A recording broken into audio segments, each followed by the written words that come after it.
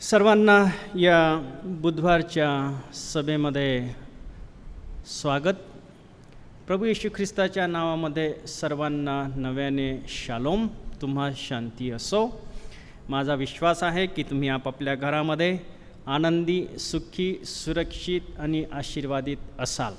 आज पुन्हा एकवार आपल्या भक्तीला सुरुवात करीत असताना आपण प्रार्थना करूया आणि आजची भक्ती ही प्रभू येशूच्या हातामध्ये देऊया, यासाठी की त्यांनी पुन्हा एकवार आपल्यासोबत वचनाच्याद्वारे बोलावं, मला सहाय्य करावं आणि जे सर्व ऐकणार आहेत आपल्याला सहाय्य करावं त्याचं वचन ग्रहण करण्यासाठी. प्रार्थना करूया. हे आमच्या थोर गौरवी बाप्पा, तुझ्या नावाला आम्ही धन्यवाद देतो, आम्ही तुझी स्तुती करतो, कारण तू आमचा महान जिवंत देवबाप आहे. पुन्हा एकवार प्रभू, आज आम्ही तुझ्या चरणाजवळ येतो, तुला आबा बाप्पा म्हणून हाक मारतो. ये प्रभू देवा, आजची भक्ती तू आशीर्वादाची तू कर. आमची गाणी गाणं, प्रार्थना करणं आणि तुझा वचनाचा अभ्यास करणं, सर्व काही आशीर्वादित तू कर. या सर्वाद्वारे तुझं गौरव होऊ दे आणि विशेष करून या सर्वाद्वारे आमची आध्यात्मिक वाढ तू होऊ दे, हीच आम्ही तुझ्याजवळ प्रार्थना करतो. तारणारा प्रभू येशू ख्रिस्त याच्या गोड आणि पवित्र नावात ही प्रार्थना केलेली आहे, म्हणून तो ऐक. आमेन. आपण यावेळेला 2 गीत गाणार आहोत. अतिशय सोपे आणि परिचित असल्या प्रकारचे गीत आहेत, पण त्यामध्ये देवाचा धन्यवाद आहे, देवाची स्तुती आराधना आहे, महिमा आहे आणि म्हणून आपण आनंदाने टाळ्या वाजवून आपण हे गीत गाणार आहोत. कृपा करून तुम्ही आमच्यासोबत गा, कारण आपली ही सर्व एकत्रित भक्ती आहे. हा फक्त कार्यक्रम नाही की तुम्ही बसावं आणि टी व्हीवर पाहावं किंवा आपल्या मोबाईलवर पाहावं, तर कृपा करून ही आपली एक सामूहिक भक्ती आहे. फरक एवढा आहे की फक्त या ठिकाणी तुम्ही नाही, तर तुम्ही आपल्या घरामध्ये आहात आणि म्हणून आपण आनंदाने टाळ्या वाजून या गीतामध्ये सामील हो. धन्यवाद येशूला, राजांच्या राजाला, प्रभूंच्या प्रभूला, धन्यवाद येशूला.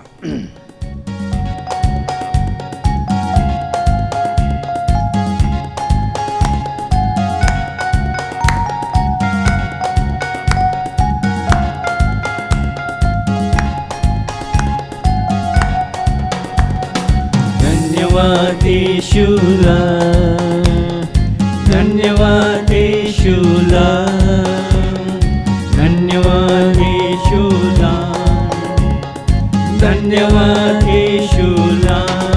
हालेलुया. राजांच्या राजाला, प्रभूंच्या प्रभूला, धन्यवाद येशूला.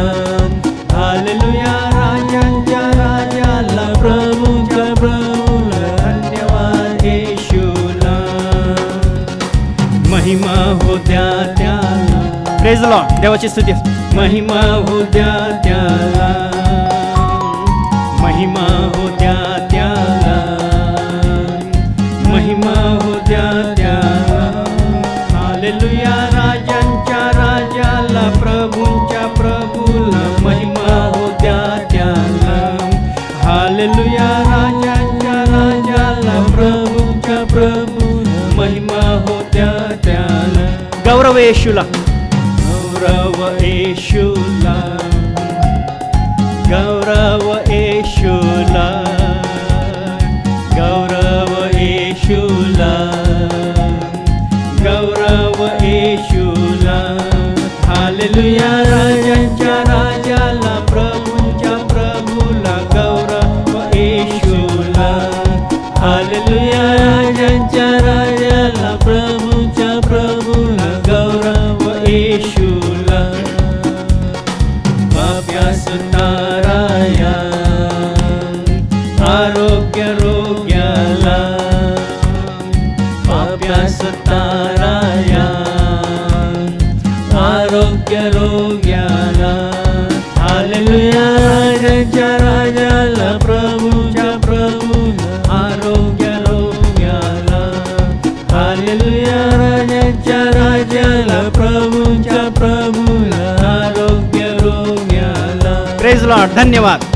धन्यवाद येशूला, धन्यवाद येशूला, धन्यवाद येशूला, धन्यवाद येशूला. हालेलुया. राजांच्या राजाला, प्रभूंच्या प्रभूला धन्यवाद येशूला. हालेलुया राजांच्या राजाला प्रभूंच्या प्रभूला धन्यवाद येशूला.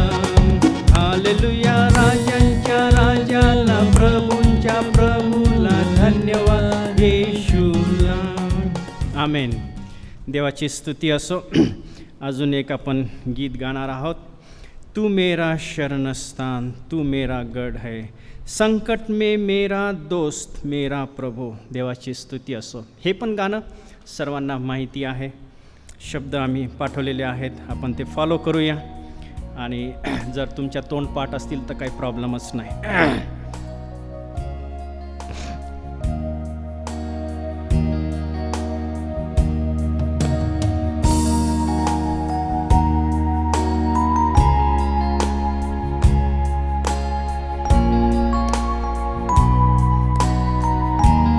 देवाची स्तुती असो.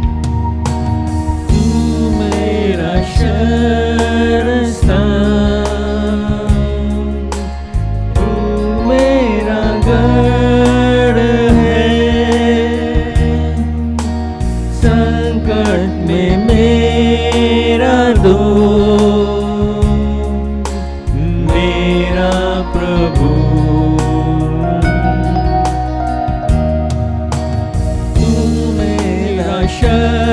शरणस्थान, तू मेरा गढ़ है. Praise Lord. देवाची स्तुती असो. संकट में मेरा दोस्त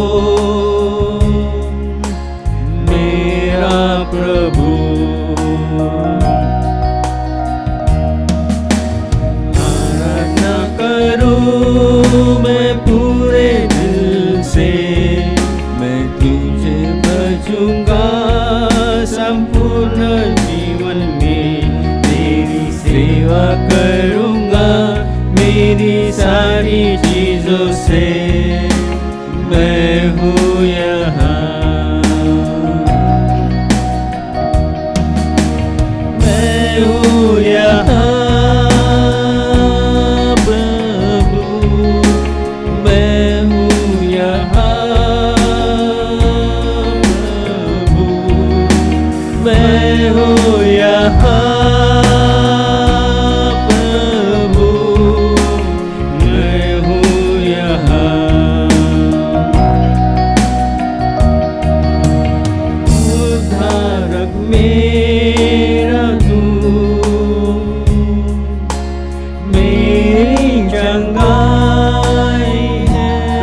देवाची स्तुती असो. संकट में मेरा है मेरा प्रभु.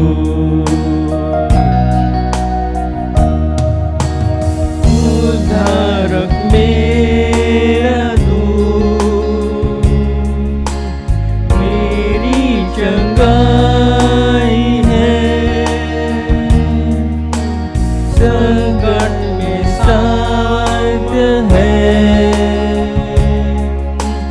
मेरा प्रभु. आराधना करूं मैं पूरे दिल से, मैं तुझे भजूंगा संपूर्ण जीवन में, तेरी सेवा करूंगा मेरी सारी चीजों से. मैं हूँ यहाँ. होय प्रभू देवा, मी या ठिकाणी आहे, तू माझा स्वीकार. मैं हूँ यहाँ प्रभु, मैं हूँ यहाँ प्रभु, मैं हूँ यहाँ प्रभु, मैं हूँ यहाँ. मैं हूँ यहाँ, मैं हूँ यहाँ. आमेन. Praise Lord. देवाची स्तुती असो. आपण यावेळेला प्रार्थना करूया काही वेळा. आपण प्रार्थनेमध्ये घालवणार आहोत.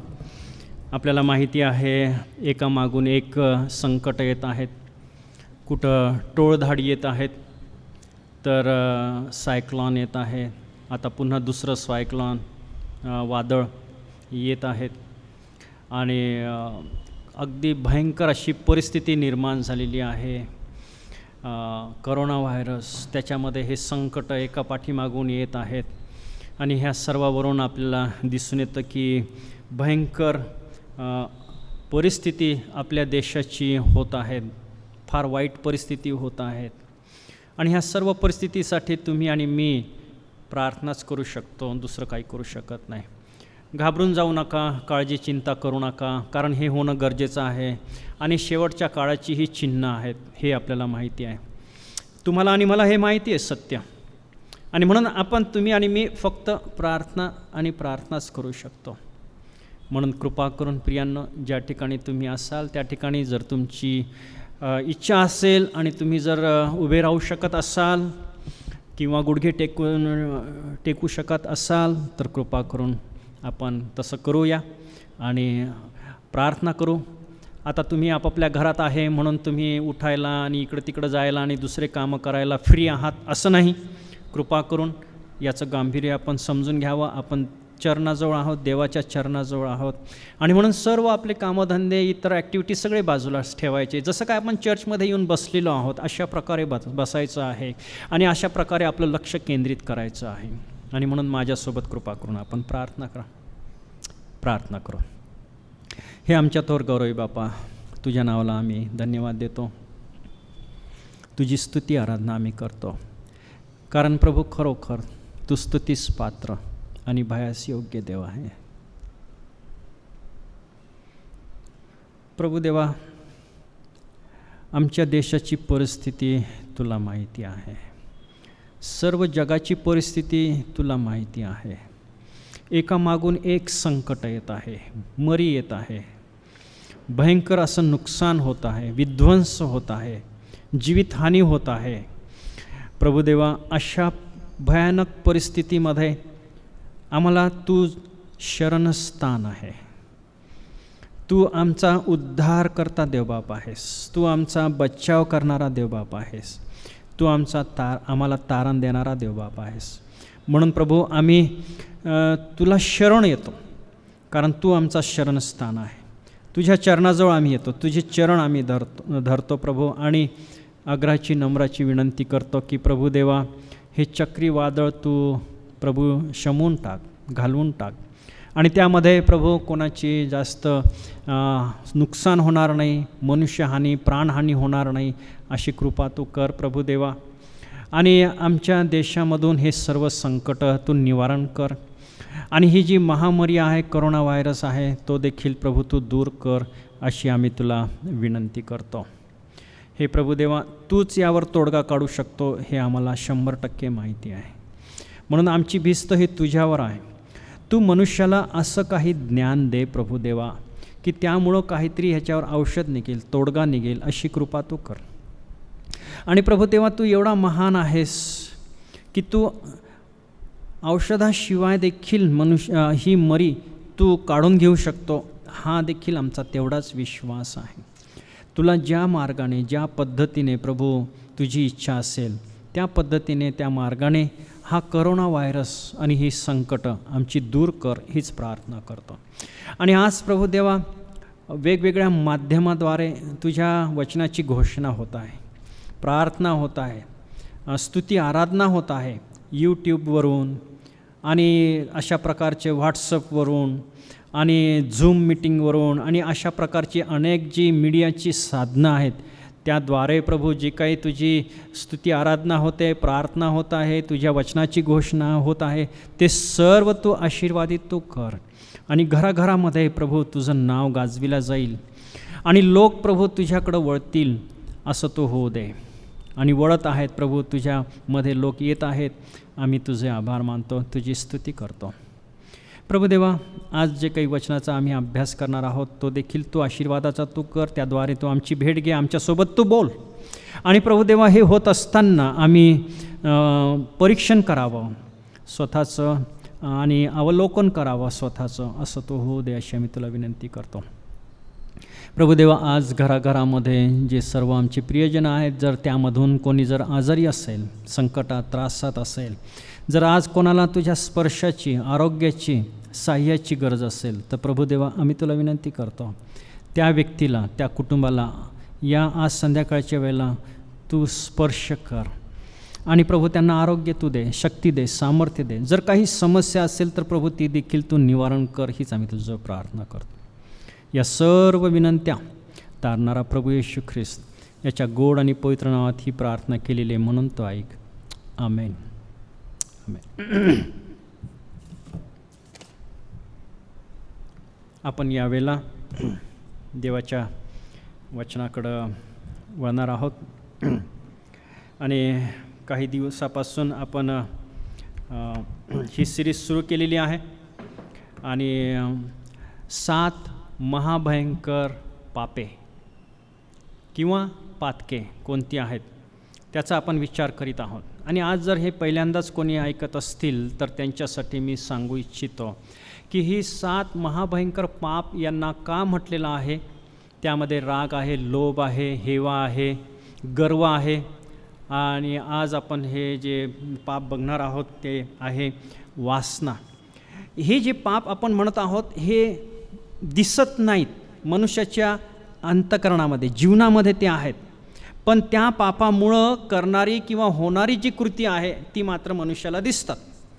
आणि काही वेळेला आपल्याला हे पाप दिसत नाही म्हणून हे पाप आहे असं मनुष्य म्हणत नाही आणि म्हणूनच त्याला महाभयंकर पातके असं म्हटलेलं आहे. आणि म्हणून आपण आज जे बघत आहोत मागील काही आठवड्यांपासून ती सिरीज, आज हे जे पाप आहे हे 6वं पाप आपण विचारामध्ये घेत आहोत आणि ते आहे वासना, लस्ट हे आहे. आता या पापाबद्दल बायबल काय म्हणतं आहे हेच आपण बघणार आहोत. मी माझ्या दृष्टीने काही सांगणार नाही, पण बायबल काय बोलतं आहे, काय शिकवतं आहे हेच आपण बघणार आहोत. आणि म्हणून जे लस्ट हा जो इंग्लिश शब्द आहे त्याला मराठीमध्ये वासना असं म्हटलेलं आहे. स्ट्रॉंग सेक्शुअल डिझायर जे आहे ते. आता आपण काही वचनं वाचणार आहोत आणि म्हणून थेसलनिकाकरास पत्र आपण काढू. आपल्याजवळ बायबल असेल, थेसलनिकाकरास पत्र याचा अध्याय आपण 4था अध्याय, वचन मी सांगतो आहे 1 पासून तर पुढे 8व्या वचनापर्यंत आपण वाचू आहे. थेसलनिकाकरास पत्र पहिले 4था अध्याय 1 पासून तर पुढे मी वाचतो आहे. बंधुजन हो, शेवटी आम्ही तुम्हास विनंती करतो व प्रभू येशूमध्ये बोध करतो की तुम्ही कसे चालून देवाला संतोष व्हावे हे तुम्ही आम्हापासून ऐकून घेतले व त्याप्रमाणे चालत आहात. त्यात तुमची उत्तरोत्तर वृद्धी व्हावी. प्रभू येशूच्या वतीने कोणकोणत्या आज्ञा आम्ही तुम्हास दिल्या त्या तुम्हास ठाऊक आहेत. देवाची इच्छा ही आहे की तुमचे पवित्रीकरण व्हावे, तुम्ही जार कर्मापासून स्वतःस दूर राखावे. देवाला न ओळखणाऱ्या विदेशी लोकांप्रमाणे काम वासनेने नव्हे तर पवित्र व अब्रूढ तुम्हातील प्रत्येकाने आपले पात्र कसे राखावे हे समजून घ्यावे. कोणी या गोष्टींचे उल्लंघन करून आपल्या बंधूला फसवू नये, कारण प्रभू ह्या सर्व गोष्टीचा सूड घेणारा आहे हे आम्ही तुम्हास आगाऊ सांगितले होते व साक्ष पटविली होती. देवाने आपल्याला अशुद्धपणासाठी पाचारण केले नाही तर पवित्रतेसाठी पाचारले आहे. तर ह्याचा अव्हेर करणारा तो मनुष्याचा नव्हे तर तुम्हास आपला पवित्र आत्मा देणारा देव ह्याचा अव्हेर करतो असे होते. या ठिकाणी जे आपल्याला वाचायला मिळालं की ही देवाची इच्छा आहे की आम्ही पवित्र जीवन जगावं. देवाची इच्छा आहे आणि सर्व जार कर्म म्हटलेलं आहे, त्यास जार कर्मापासून आपल्याला दूर राखावं. आणि म्हणून 5व्या वचनामध्ये म्हटलेलं आहे, देवाला न ओळखणाऱ्या विदेशी लोकांप्रमाणे, म्हणजे ज्यांना अजून देवाचं नाव समजलेलं नाही, देवाची ओळख झालेली नाही, त्यांच्याप्रमाणे कामवासनेने नव्हे तर पवित्रतेने व अब्रूने तुम्हातील प्रत्येकाने आपले पात्र कसे राखावे, म्हणजे आपलं जीवन कॅरेक्टर कसं शुद्ध राखावं हे समजून घ्यावं, ही पावलाची इच्छा आहे. आणि म्हणून या ठिकाणी तो हे लिहित आहे. आज सर्वात मोठं अधिक पाप जर कोणतं होत असेल जगामध्ये, तर मला असं वाटतं की हे जार कर्म जे आहे, व्यभिचार जे आहे, हे होत असेल असं मला वाटतं, जर सगळ्या दृष्टिकोनाने आपण विचार केला तर. आणि म्हणून आपण अजून एक, म्हणून ह्याला डेडली सीन असं म्हटलेलं आहे. कारण आज जर विचार केला तर नरकामध्ये जाणारे जे लोक आहेत, बहुतेक या पापामध्ये सर्वाधिक असतील असं मी म्हणत आहे. बहुतेक या पापामध्ये अडकणारे, व्यभिचारी, कामवासनेने भरलेले, जार कर्म करणारे, हे नरकामध्ये जाणारे सर्वात अधिक लोक हे असतील. कारण बायबल स्पष्ट सांगत आहे, मी नाही, फक्त मी त्याचा उलगडा करून तुम्हाला मी सांगत आहे. आणि म्हणून देवाची इच्छा आहे की तुम्ही आणि मी पवित्र जीवन जगावं आणि कामवासनेपासून आणि जार कर्मापासून स्वतःला दूर ठेवावं. कारण देवाच्या दृष्टीने हे भयंकर असल्या प्रकारचं पाप आहे. जे डिझायर्स आहेत, लैंगिक डिझायर जे आहेत, हे उपजत देवाने आपल्यामध्ये निर्माण केलेले आहेत, त्याच्यामध्ये काही संशय नाही, आपल्याला माहिती आहे. पण त्याचबरोबर देवाने ते एका विशिष्ट नियमाच्या चाकोरीमध्ये आम्हाला यूज करण्यासाठी सांगितलेलं आहे. आणि त्या नियमांच्या बाह्य जाऊन जो कोणी ते करतो त्याला आपण काय म्हणतो? पाप म्हणतो. त्याला आपण म्हणतो वासना. डिझायर, इच्छा आणि वासना ह्या दोन वेगळ्या गोष्टी आहेत. ज्या वेळेला देवाची इच्छा, देवाच्या इच्छेप्रमाणे, त्याच्या तरतुदेप्रमाणे, त्याच्या नियमामध्ये ज्या वेळेला आम्ही ते वापरतो, उपयोग करतो, त्यावेळेला ते देवाने दिलेलं गिफ्ट आहे. It's a gift from God. प्रत्येक मनुष्यामध्ये ते आहे. आणि ज्यावेळेला त्याच्या नियमामध्ये आम्ही राहून ते त्याच्याप्रमाणे करतो, त्यावेळेला इट इज अ ब्लेसिंग, आशीर्वाद आहे. पण त्या मर्यादेच्या बाहेर जाऊन ज्यावेळेला मनुष्य विवाह बाह्य लैंगिक संबंध ठेवतो, त्यावेळेला ते देवाच्या दृष्टीने आणि मनुष्याच्याही दृष्टीने ते पाप आहे. समाज देखील ते एक्सेप्ट करत नाही, हे आपल्याला माहीत आहे, नाही का? आणि म्हणून डिझायर, इच्छा आणि वासना, आणि त्या वासनेबद्दल बायबल आपल्या संगती बोलतो. त्याला जार कर्म म्हटलेलं आहे, त्याला काम वासना म्हटलेलं आहे. आणि म्हणून बायबल आपल्याला काय करतं आहे की त्याच्याबद्दल आपल्याला सावध करीत आहे. आणि पॉल या ठिकाणी थेसलनिका येथील मंडळीला त्याबद्दल तो लिहित आहे. नीतिसूत्र याचा 6वा अध्याय 32व्या वचनामध्ये म्हटलेलं आहे, स्त्रीशी जार कर्म करणारा अक्कलशून्य आहे, जो आपल्या जीवाचा नाश करून घेऊ पाहतो, तो असे करतो. तो आपल्या जीवाचा नाश करून घेतो. त्याच्या अगोदर म्हटलेलं आहे तो अक्कलशून्य आहे. दुसऱ्या भाषेमध्ये तो मूर्ख आहे. अजून एक आपण वाचणार आहोत देवाचं वचन, आणि ते आहे याकोब याचा अध्याय 1 आपण काढू. याकोब 1, मी 12 पुढे वाचतो आहे, कृपा करून लक्ष द्या. जो मनुष्य परीक्षेत टिकतो तो धन्य, कारण आपणावर प्रीती करणाऱ्यास देवाने देऊ केलेल्या जीवनी मुकुट परीक्षेस उतरल्यावर त्याला मिळेल. कोणाची परीक्षा होत असताना देवाने मला मोहात घातले असे त्याने म्हणू नये, कारण देवाला वाईट गोष्टींचा मोह होत नाही आणि तो स्वतः कोणाला मोहात पाडित नाही. देव कोणालाही मोहात पाडत नाही, कारण आमचा देव पवित्र आहे, तो शुद्ध आहे, तो कोणालाही मोहामध्ये पाडत नाही.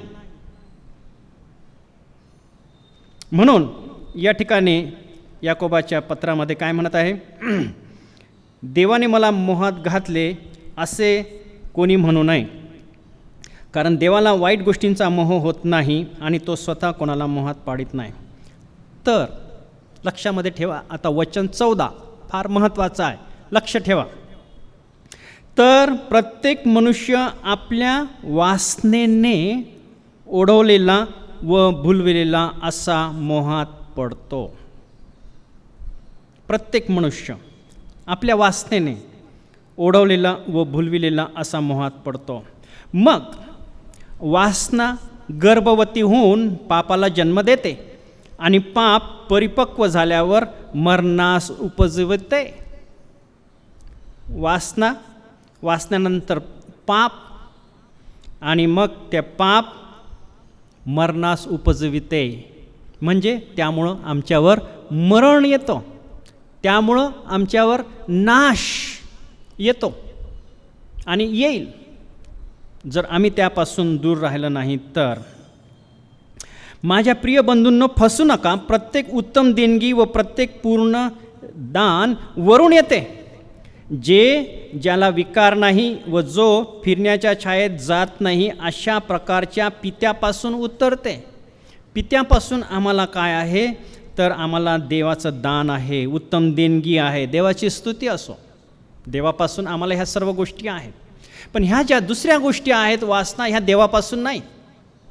इच्छा आहे, पण मनुष्य आपल्या वासनेने, इथं म्हटलेलं आहे की तो भुलविला जातो आणि पापामध्ये पडतो.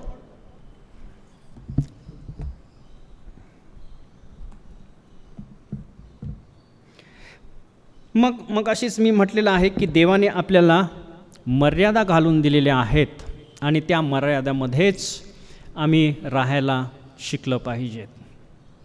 आणि ज्या वेळेला देवाने घालून दिलेले नियम आणि मर्यादा त्यामध्ये ज्या वेळेला राहतो, त्यावेळेला देव आम्हाला आशीर्वाद देतो.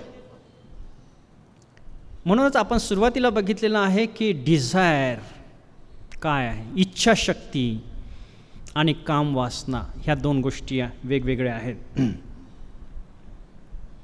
ज्यावेळी आपला डिझायर किंवा इच्छा ह्या देवाच्या संकल्पाप्रमाणे पूर्ण होतात, तेव्हा त्यामध्ये सुख, समाधान आणि देवाचा आशीर्वाद असतो, कारण ते देवापासून आहे. It is a gift of God to all human kind. देवाची स्तुती असो. आणि म्हणून गलतीकरास पत्र 5वा अध्याय आणि 16व्या वचनामध्ये काय म्हटलेलं आहे? तुम्ही आत्म्याच्या प्रेरणेने चाला, म्हणजे तुम्ही देहवासना पूर्ण करणारच नाही. आत्मा, देवाने दिलेला जो आत्मा आहे त्याच्या प्रभावाखाली आम्हाला चालण्यासाठी सांगितलेलं आहे, त्याच्या प्रभावाखाली जीवन जगण्यासाठी सांगितलेलं आहे. आणि ज्या वेळेला देवाचा आत्मा आमच्यामध्ये येतो, वसतो आणि त्याप्रमाणे त्या प्रभावाखाली आम्ही जीवन जगतो, त्यावेळेला आमच्या देहाची जी ओढ आहे किंवा आकर्षण आहे किंवा वासना आहे किंवा जे सर्व प्रकारचे पाप आहे, त्याच्यामध्ये आम्हाला इंटरेस्ट नाही राहत. आम्हाला देवामध्ये, देवाच्या गोष्टीमध्ये इंटरेस्ट राहतो. आणि म्हणून असे जे पाप आहेत ते आम्ही वर्ज्य करू शकतो, त्याच्यावर मात आम्ही करू शकतो, हे बायबल आपल्याला सांगत आहे. स्तोत्रसंहिता 42.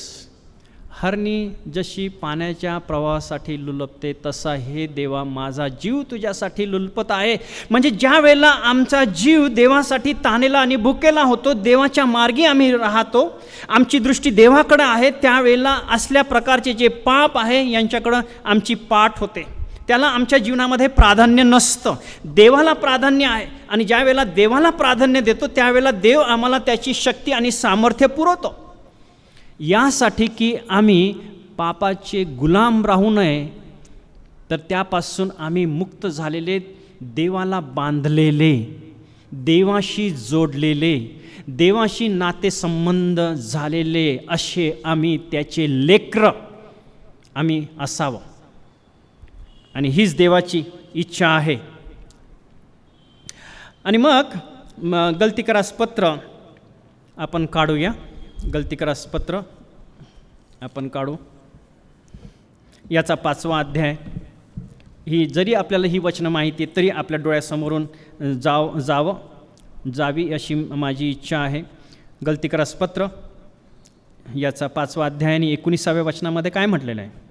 देहाची कर्मे तर उघड आहेत, तीही जारकर्म, अशुद्धपणा, कामातुरपणा, मूर्तिपूजा, चेटके, वैर, कलह, मत्सर, राग, तट, फुटी, पक्षभेद, हेवा, दारूबाजी, रंगेलपणा आणि अशा इतर गोष्टी.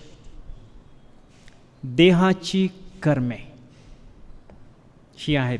आणि त्याच्यामध्ये पहिलंच जे आहे जारकर्म, अशुद्धपणा, कामातुरपणा, जारकर्म आहे. ही देहाची कर्मे आहेत. आणि आत्म्याच्या प्रभावाने होणारी फलप्राप्तीत काय आहे? किती सुंदर आहे 22व्या वचनामध्ये. प्रीती, आनंद, शांती, सहनशीलता, ममता, चांगुलपणा, विश्वासूपणा, सौम्यता, इंद्रिय दमन ही आहेत. अशा विरुद्ध नियमशास्त्र नाहीत. प्रेज लॉर्ड, देवाची स्तुती असो. आणि 24व्या वचनामध्ये विशेष करून काय म्हटलेलं आहे? जे ख्रिस्त येशूचे आहेत त्यांनी, तुम्ही आणि मी जर आम्ही प्रभू येशू ख्रिस्ताचे आहोत, त्याला जर समर्पण आम्ही केलेलं आहे, तर त्यांनी दुर्वृत्ती व वासना यासुद्धा देहाला कुठं? वधस्तंभावर खेळलेले आहे. आम्ही हे काय केलेलं आहे? सर्व वधस्तंभावर खेळलेलं आहे, म्हणजे मारलेलं आहे. आमच्या जीवनामध्ये त्याला काही स्थान नाही,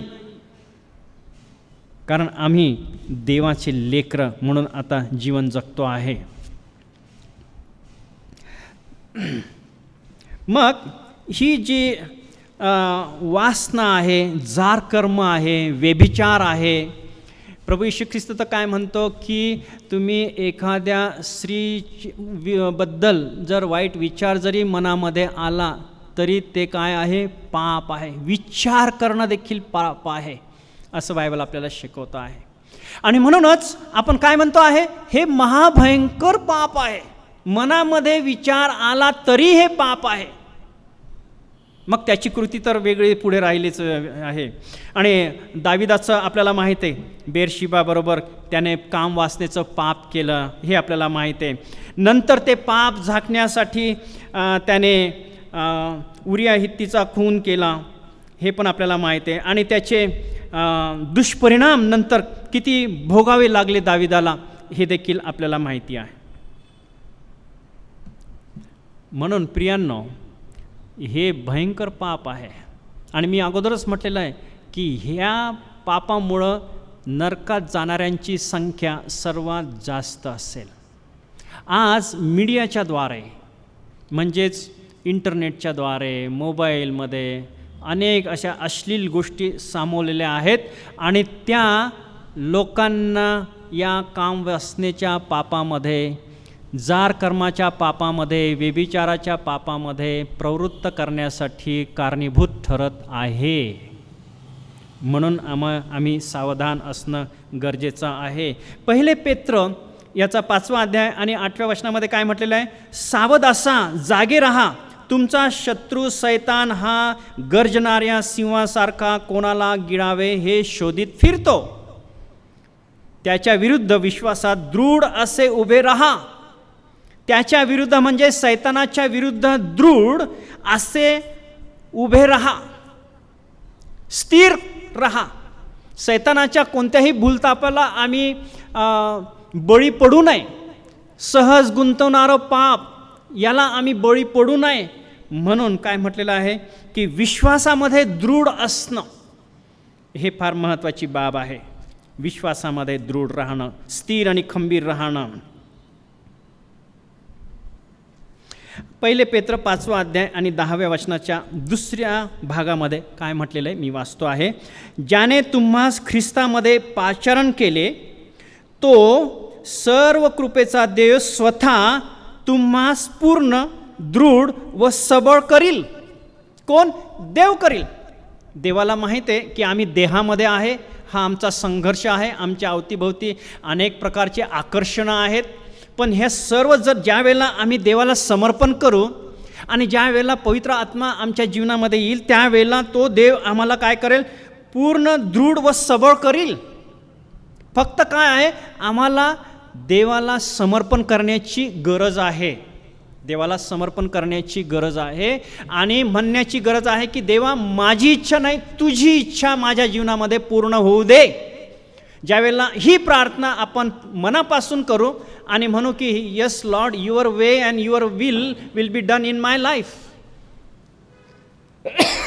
तुझी इच्छा आणि तुझा मार्ग माझ्या जीवनामध्ये पूर्ण होऊन, हे जर आम्ही अगदी पूर्णपणे, पूर्ण विश्वासाने आणि प्रामाणिकपणाने म्हणू आणि देवाला समर्पण करू, त्यावेळेला हा देव आम्हाला काय करेल की दृढ आणि स्थिर करेल, सामर्थ्य देईल आणि ह्या सर्वांपासून दूर राखण्यासाठी त्याच्या सामर्थ्याने आम्हाला तो भरेल, त्याच्या शक्तीने त्याचं सामर्थ्य आम्हाला तो पुरवेल. जी वासनेने केलेली जी पूर्तता असते, लक्ष ठेवा मी काय म्हणत आहे कृपा करून.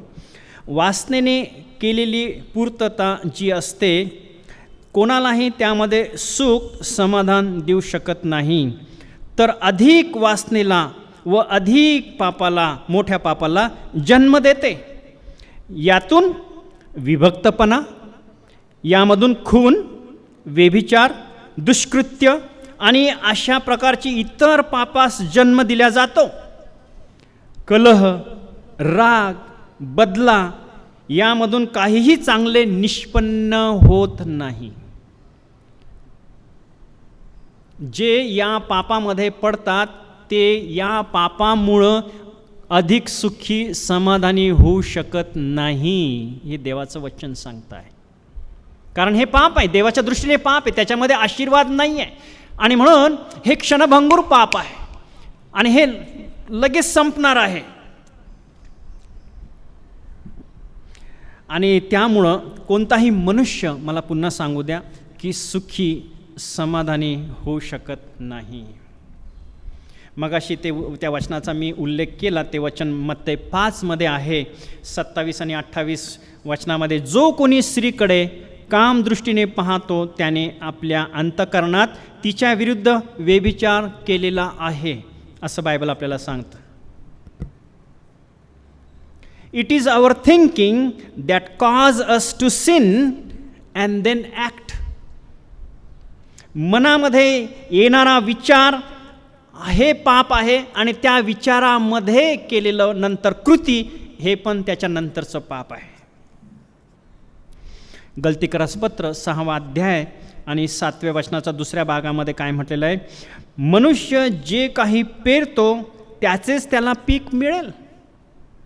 पापाचे वेतन मरण, सगळ्यांना माहिती आहे. जो आपल्या देहासाठी पेरतो, बघा हे शब्द बघा, तुम्ही, माझी विनंती की तुम्ही गलतीकरासपत्र ह्याचा 6वा अध्याय आणि 7व्या वचन काढावा आणि पाहावं आणि वाचावं.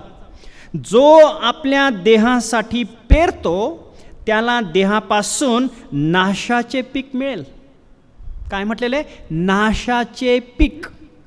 आणि जो आत्म्यासाठी पेरतो त्याला आत्म्यापासून सार्वकालिक जीवनाचे पीक मिळते. देवाची स्तुती असो, प्रेज द लॉर्ड. नीट ते वचन बघा आणि समजून घ्या, ही माझी विनंती आहे. 1 कोरिंथ याचा 6वा अध्याय आणि 13व्या वचनाचा दुसरा भाग जो आहे तो मी वाचतो. शरीर जार कर्मासाठी नाही, शरीर जार कर्मासाठी नाही तर प्रभूसाठी आहे आणि शरीरासाठी प्रभू आहे. म्हणून आमच्या शरीराद्वारे कोणत्याही प्रकारचं काम, वासनेचं पाप, जार कर्म, व्यभिचार ह्या गोष्टी, हे पाप आमच्या जीवनाद्वारे व्हायला नको. कारण काय म्हटलेलं आहे, शरीर जार कर्मासाठी नाही तर प्रभूसाठी आहे. म्हणून ह्या जीवनामधून प्रभूचं गौरव व्हायला पाहिजेत, सेवा व्हायला पाहिजेत, देवाचं नाव गौरविलं जायला पाहिजेत. 1 कोरिंथ याचा 6वा अध्याय 9 तर पुढे जर आपण वाचलं तर आपल्याला ते अधिक समजेल. मला असं वाटतं आपण ते काढू आणि वाचूच. 1 कोरिंथ याचा 6वा अध्याय काढू. 6वा अध्याय 9 तर पुढे मी वाचतो आहे. अनितिमान मनुष्याला देवाच्या राज्याचे वतन मिळणार नाही. हे तुम्हास ठाऊक नाही काय? फसू नका. जारकर्मी, पहिलंच आहे जारकर्मी, आलं लक्षात तुमच्या? जारकर्मी, मूर्तिपूजक, व्यभिचारी, चैनबाजी, पुमैथुनकारी, चोर, लोभी, मद्यपी, चहाड व वित्तहरण करणारे यास देवाच्या राज्याचे वतन मिळणार नाही. किती स्पष्ट आहे प्रियांनो, नाही का? आणि मग पुढे काय म्हटलेलं आहे 11व्या वचनामध्ये? आणि तुम्हापैकी कित्येक तसे होते पूर्वी, तरी तुम्ही प्रभू येशूला ख्रिस्ताच्या नामात व आपल्या देवाच्या आत्म्यात धुतलेले, पवित्र केलेले व नीतिमान ठरविलेले असे झाला आहात. Praise the Lord. पहिले कदाचित आमचं जीवन तसं असेल, पण आता तसं नाही. का नाही? कारण तुम्ही प्रभू येशूच्या ख्रिस्ताच्या नामात व आपल्या देवाच्या आत्म्यात धुतलेले, पवित्र केलेले व नीतिमान ठरविलेले असे झाला आहात. म्हणून आता आम्ही त्या गोष्टी करणार नाही, करू नये. कारण आम्हाला अशुद्धतेसाठी नव्हे तर पवित्रतेसाठी आम्हाला पाचारण केलेलं आहे. म्हणून आपण प्रभू येशू ख्रिस्त काय म्हणतो आहे? जसा मी पवित्र आहे तसे तुम्ही पवित्र असा. जसा मी पवित्र आहे. आणि देव कसा पवित्र आहे, प्रभू येशू ख्रिस्त पवित्र आहे, हे आम्हाला माहिती आहे. वचन आपल्याला शिकवतं, नाही का? हे वचन आपल्याला शिकवतं तो कसा पवित्र आहे. त्याला काय आवडतं, त्याला काय आवडत नाही, हे आपल्याला बायबल शिकवतं. मनुष्य नाही, मनुष्याच्या स्टँडर्डप्रमाणे नाही, देवाच्या स्टँडर्ड काय आहे. आणि म्हणून देवाची इच्छा आहे की तुमचं आणि माझं काय व्हावं? पवित्रीकरण व्हावं. पवित्रतेमध्ये आम्ही वाढत जावं. आज आम्ही जे जीवन जगलेलं आहे, आजच्यापेक्षा उद्या आम्ही अधिक चांगलं जीवन जगावं. उद्याच्यापेक्षा परवा अधिक चांगलं जीवन जगावं. अधिक देवाच्या जवळ यावं. अधिक त्याचं वचन वाचावं. अधिक त्याचं वचन ग्रहण करावं. अधिक शुद्ध होत राहावं. अधिक आम्ही त्याच्यामध्ये आध्यात्मिक जीवनामध्ये वाढावं. त्यालाच पवित्रीकरण असं म्हटलेलं आहे. काय म्हटलेलं आहे? पवित्रीकरण असं म्हटलेलं आहे. मग 1 कोरिन्थ 6वा अध्याय यामध्ये आपल्याला सांगितलेलं आहे की तुम्ही जार कर्मापासून दूर राहा. 1 कोरिन्थ 6वा अध्याय 18 पासून तर 19 पर्यंत आपण वाचूया. ते 18 पासून आपण कदाचित, मला वाटतं ते पहिले वाचलेलं नाही, आपण पुन्हा वाचू. 1 कोरिन्थ 6 आणि 18 पासून, जार कर्मापासून दूर राहा. जे काही दुसरे पापकर्म मनुष्य करतो ते शरीराबाहेरून होते, परंतु जो जार्म करतो तो आपल्या शरीरासंबंधाने पाप करतो. तुमचे शरीर, तुम्हामध्ये वसणारा जो पवित्र आत्मा देवापासून तुम्हास मिळाला आहे त्याचे मंदिर आहे, हे तुम्हास ठाऊक नाही काय? आणि तुम्ही आपले नव्हा, कारण तुम्ही मोलाने विकत घेतलेले आहात. यास्तव तुम्ही आपल्या शरीराने देवाचे काय करावे? गौरव करावे. शरीराने गौरव करावे. अगदी स्पष्ट असं त्या ठिकाणी लिहिलेलं आहे. देवाची स्तुती असो. आमचं शरीर हे देवाचं मंदिर आहे आणि म्हणून आमच्यामध्ये पवित्र आत्मा वसतो देवाचा, हे इथं लिहिलेलं आहे. आणि म्हणून तुम्ही स्वतःचे तुमचे नाही आहेत, आता आम्ही देवाचे आहोत. Praise the Lord. देवाची स्तुती असो. देवाचे लेकरं आम्ही आहोत आणि प्रभू येशू ख्रिस्ताच्या रक्ताने विकत घेतलेले आम्ही आहोत. म्हणून आम्ही अशा प्रकारच्या पापामध्ये पडू नये, हे देवच आपल्याला सांगतो वचनाच्या द्वारे.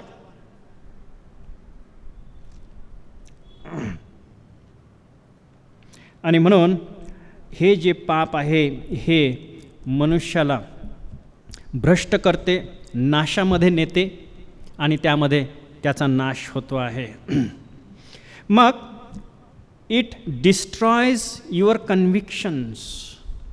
आमचे जे कन्व्हिक्शन्स आहेत, म्हणजे विचार करण्याची जी आमची क्षमता आहे, ही या पापामुळं नष्ट होते आहे.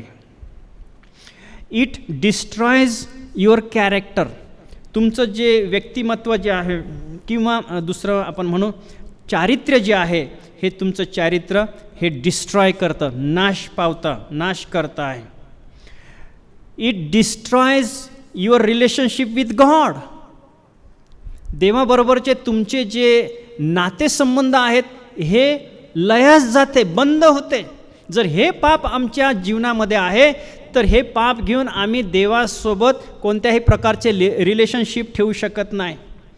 It destroys your family, your wife, your children or your husband.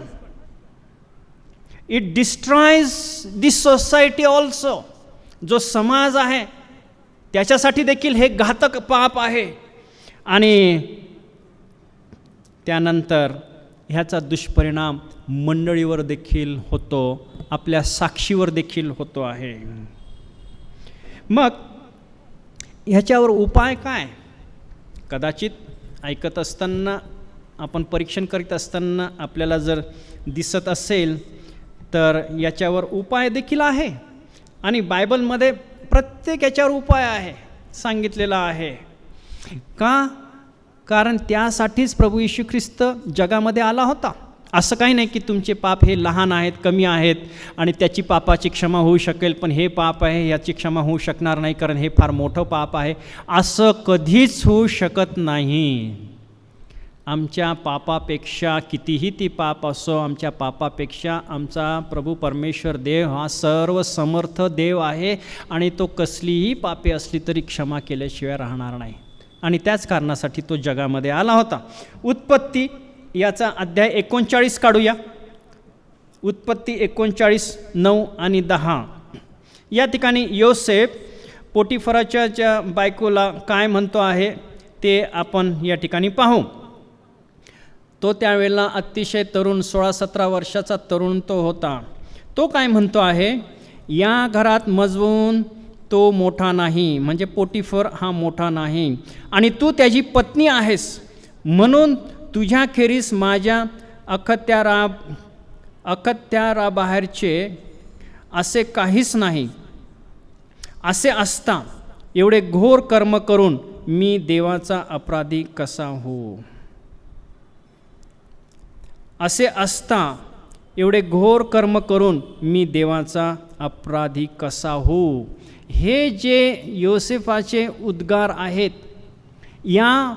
त्याच्या उद्गारावरून आम्हाला त्याचे आणि देवाचे किती घनिष्ठ असे संबंध होते हे दिसून येतो. त्याच्या जीवनामध्ये देव सर्वश्रेष्ठ होता आणि त्याने देवाला प्राधान्य दिलं होतं. देवाची इच्छा, देवाची योजना, देवाची तरतूद याला त्याने प्राधान्य दिलं होतं. आणि म्हणून त्यामुळं तो ह्या पापाला ठोकर मारू शकला असता. असं क्षमा करा, मी शब्द माझे थोडेसे चुकले. या देवाच्या रिलेशनशिपमुळे तो या पापाला ठोकर देऊ शकला, म्हणून त्या ठिकाणी तो पळाला. आणि त्याच्या त्या वाक्यावरून दिसून येतं. आणि त्या वाक्यावरूनच नव्हे तर आपल्या बायबलमध्ये पण ज्या वेळेला आम्ही देवाला प्रथम स्थान देतो, त्या देवाला जर आम्ही प्रथम स्थान दिलेलं आहे तर हे कोणतेही पाप आम्हाला देवाच्या सहभागितेपेक्षा आनंद देणारं नसतं. त्याच्यापेक्षा देवामध्ये आमचं जे समागम आहे, देवामध्ये जे आमचे रिलेशनशिप आहे ते अधिक आशीर्वादाचे, सुखाचे, समाधानाचे आहे. आणि म्हणून देवाच्या विरुद्ध कोणतंही पाप आम्हाला देवापेक्षा अधिक सुख कधीच देऊ शकणार नाही. पण मनुष्य त्या क्षणभंगूर पापामध्ये पडून देवापासून नातेसंबंध त्याचे तुटल्या जातात. आणि या ठिकाणी हा तरुण याचे जे वाक्य आहे की असे असता एवढे घोर कर्म करून मी देवाचा अपराधी कसा हो. हे जे वाक्य आहे आपण लक्षामध्ये ठेवूया, अंडरलाईन करूया. आणि ज्या वेळेला असे मोहपाश आम्हाला येतात त्यावेळेला आम्ही असं म्हणावं, एवढं घोर कर्म करून मी देवाचा अपराधी कसा हो. नको बाबा, असं जर आम्ही केलं तर आम्ही ह्या पापापासून दूर राहू शकतो. मग नंतर 39वा अध्याय आणि 12व्या वचनामध्ये तो काय म्हणतो आहे, योसेफ, तेव्हा तिने त्याचे वस्त्र धरून म्हटले, मजपाशी नीज. पण तो आपले वस्त्र तिच्या हाती सोडून बाहेर पळून गेला. ही रॅन अवे. त्या पापापासून तो पळाला. मग ज्या वेळेला आमच्यावर मोहपाशाचे प्रसंग येतात त्यावेळेला तिथं न थांबता आम्ही तिथून पळालं पाहिजेत. तेव्हा आम्ही त्या पापावर काय करू शकतो? मात करू शकतो. ही रॅन अवे फ्रॉम देअर. पहिले तो म्हटला तसा, जे आपण अगोदर बघितलं, पण तिथंच थांबला नाही तो. ही रॅन अवे फ्रॉम इट. आणि अशा प्रकारे आम्ही या पापापासून आम्ही दूर राहू शकतो. स्तोत्रसंहिता 119 आणि 11व्या वचनामध्ये काय म्हटलेलं आहे? मी वाचतो. स्तोत्र 119 आणि 11. मी तुझ्या विरुद्ध पाप करू नये म्हणून मी आपल्या मनात तुझे वचन जपून ठेवले आहे. तिसरी गोष्ट, पहिले काय आहे की तुम्ही त्या पापापासून पळा. त्याच्या अगोदर आपण बघितलेलं आहे की देवाला तुम्ही स्थान द्या. ज्यावेळेला देवाला स्थान देतो त्यावेळेला अशा प्रकारे आम्ही देवाच्या विरुद्ध कोणतेही पाप करण्यासाठी धजणार नाही, जसं योसेफाने केलं तसं. दुसरी गोष्ट आम्ही बघतो आहे की त्या ठिकाणावरून तो पळाला. ही रॅन अवे. आणि मग तिसरी बाब, स्तोत्र 119, 11, की तुझ्या विरुद्ध मी पाप करू नये म्हणून मी आपल्या मनात तुझे वचन जपून ठेवले आहे. तिसरी गोष्ट आहे की देवाचं वचन आपल्या जीवनामध्ये जपून ठेवणं. हे जपून ठेवा. जे आपण वाचत आहोत, पाहत आहोत ना, ती वचनं जपून ठेवा. म्हणजे आम्ही अशा पापाला कधीच जन्म देणार नाही, आमच्या जीवनामध्ये वाव देणार नाही. क्षमा करा. मग अजून आपण शेवटी 2-3 वचनं पटापट आपण वाचू आणि मग मी त्या ठिकाणी नंतर थांबवेल. पहिले पेत्र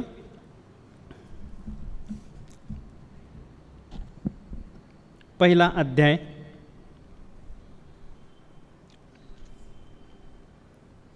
14वं वचन. पहिले पेत्र 1 अध्याय 14व्या वचनापासून मी पुढं वाचतो. तुम्ही आज्ञांकित मुले व्हा आणि अज्ञानावस्थेतील आपल्या पूर्वीच्या वासनाप्रमाणे वागू वर्तू नका. तर ज्याने तुम्हास पाचारण केले तो जसा पवित्र आहे तसे तुम्हीही सर्व प्रकारच्या आचरणात पवित्र व्हा. कारण मी पवित्र आहे, यास्तव तुम्हीही पवित्र व्हा, असा शास्त्रलेख आहे. ज्याने तुम्हास पाचारण केले आहे तो जसा पवित्र आहे तसे तुम्ही सर्व प्रकारच्या आचरणात म्हटलेलं आहे. सर्व प्रकारच्या आचरणामध्ये तुम्ही पवित्र व्हा. मग तिमोथेला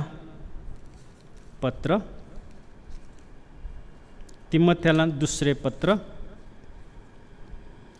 2 अध्याय 21 पासून मी वाचतो आहे. यास्तव जर कोणी त्यापासून दूर राहून स्वतःला शुद्ध केले तर तो पवित्र केलेले व स्वामीला उपयोगी पडणारे प्रत्येक चांगल्या कामास तयार केलेले असे मानाचे पात्र होईल. तरुणपणाच्या वासनांपासून दूर पळ आणि शुद्ध मनाने प्रभूचा धावा करणाऱ्यांबरोबर नीतिमत्व, विश्वास, प्रीती, शांती यांच्या पाठीस लाग. देवाची स्तुती असो. किती स्पष्ट हे देवाचं वचन आपल्यासाठी या ठिकाणी आहे, नाही का? तरुणपणाच्या वासनांपासून दूर पळ आणि शुद्ध मनाने प्रभूचा धावा करणाऱ्यांबरोबर नीतिमत्व, विश्वास, प्रीती, शांती यांच्या पाठीस लाग. देवाची स्तुती असो. मग अजून एक आपण वाचू आणि ते म्हणजे तीताला पत्र याचा 2 अध्याय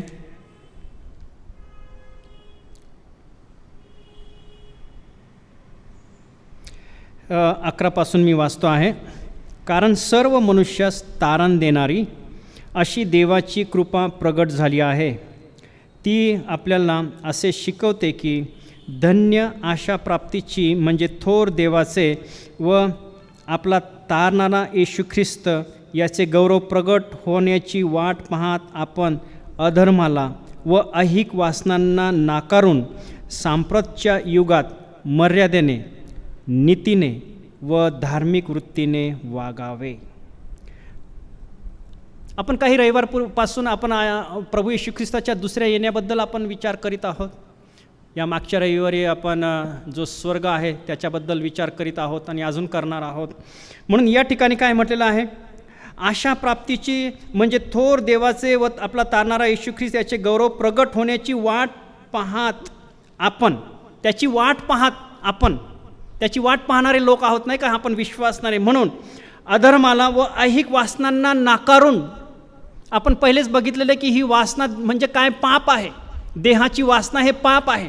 त्याला नाकारून सांप्रतच्या युगात म्हणजे सध्याच्या युगामध्ये मर्यादेने, नीतीने व धार्मिक वृत्तीने वागावे व स्वतःला आपल्याकरिता दिले, यासाठी की त्याने खंडनी देऊन आपल्याला सर्व अधर्मापासून मुक्त करावे. प्रभू येशू ख्रिस्ताचं जे मरण झालेलं आहे त्याने जे आपल्याला दिलेलं आहे यासाठी की आपण सर्व अधर्मापासून शुद्ध व्हावे आणि चांगल्या कामात तत्पर करून आपले स्वतःचे लोक असे आपणासाठी शुद्ध करून ठेवावे. मगाशीच आपण ते वचन पण वाचलेलं आहे की आपण शुद्ध यासाठी आम्ही स्वतःला ठेवावं. ही देवाची इच्छा तर आहेच आहे, हे पाप तर आहेच आहे, पण त्या पात्राचा देवाने उपयोग करावा. ते पात्र म्हणजे आमचं जीवन जे आहे. आणि मागे मी एकदा आपल्याला वचनामध्ये सांगितलेलं होतं की देव घाणेरडं पात्र कधीच वापरू शकत नाही, पण तो कमकुवत पात्र वापरू शकतो. देवाची स्तुती असो. कधी आपण जाऊन भांड्यामधली खरकटी प्लेट घेऊन कधी वापरू का आपण? जेवण घेऊ का त्याच्यामध्ये? नाही, कधीच घेणार नाही. ते आपण स्वच्छ धुतल्याशिवाय, चकचक झाल्याशिवाय ते पात्र आपण कधीच वापरू शकणार नाही. तशाच प्रकारे आमचं पात्र म्हणजे जीवन जे आहे त्यामध्ये जर घाणेरडापणा जर असेल, पाप जर असेल, देवाला न आवडणाऱ्या गोष्टी जर असेल, तर त्या पात्राचा उपयोग देव कधीच करू शकणार नाही. आणि म्हणून म्हटलेलं आहे की God can use weak vessel.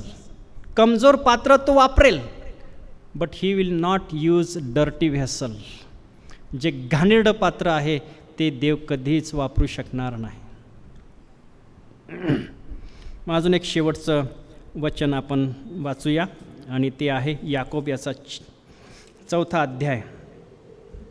Yakob 4:7 मी वाचतो. 7 आणि 8 ही वचन. यास्तव देवाच्या अधीन व्हा, सैतानाविरुद्ध आडवे व्हा, म्हणजे तो तुम्हापासून पळेल. सैतानाविरुद्ध आडवे व्हा म्हणजे तो तुम्हापासून पळेल. देवाजवळ या म्हणजे तो तुम्हाजवळ येईल. Praise the Lord. पापीजन हो, हात शुद्ध करा. अहो द्विबुद्धीच्या लोकांनो, आपली अंतकरणे पवित्र करा. कष्टी व्हा, शोक करा, रडा.